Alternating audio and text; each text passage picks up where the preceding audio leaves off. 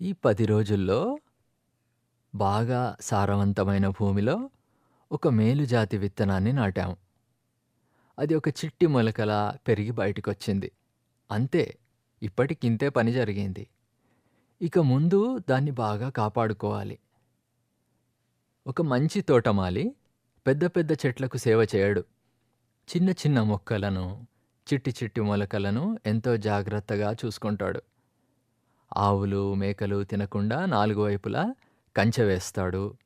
సమయానికి నీళ్లు పోస్తూ, ఎండెక్కువైనప్పుడు నీడేర్పాటు చేస్తూ ఎంతో సేవ చేస్తాడు. అప్పుడు ఆ చిట్టి మొలక పెరిగి పెరిగి పెద్ద చెట్టులా అవుతుంది.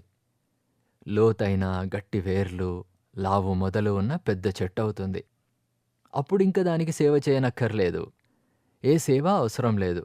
ఆవులు, మేకలు వచ్చి తినేస్తాయన్న బాధ ఉండదు. కంచె వేయనవసరం లేదు. నీళ్లు పోయటం, నీడన పెట్టటం అవసరం ఉండదు.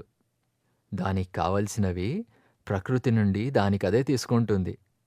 మన సేవలేమీ అక్కర్లేదు. పైగా అదే మనకు సేవలు చేస్తుంది. ఎంతో సేవ చేస్తుంది. దానికి కాసిన పండ్లన్నీ మన కోసమే. మనకే సేవ చేయసాగింది. సరిగ్గా ఇలాగే ఈ ధర్మపు చిట్టి మొలక. ఇప్పుడింకా చిన్నగా ఉంది కాబట్టి దానికి సేవలవసరం. బాగా సేవ చేయాలి. ఆవులు, మేకలు మేసిపోకుండా నాలుగు వైపు కంచె వేయాలి.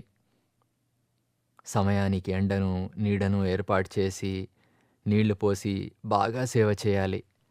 అప్పుడది పెరిగి పెరిగి పెద్ద చెట్టుగా ఎదుగుతుంది. లోతైన గట్టి వేర్లతో పెద్దగా లావుగా ఉన్న కాండం గల ఆ పెద్ద చెట్టుకు ఇక సేవ అవసరం లేదు. అప్పుడు అదే మనకు గొప్ప సేవ చేస్తుంది. మనకిస్తూనే ఉంటుంది. ఇది ధర్మవృక్షం కదా! ఎక్కడా లేనంత హాయైన చల్లని నీడనిస్తుంది.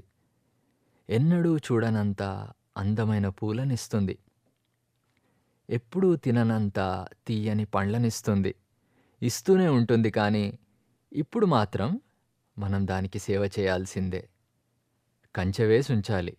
లేకపోతే ఏ ఆవులో, మేకలో మేసిపోతాయి.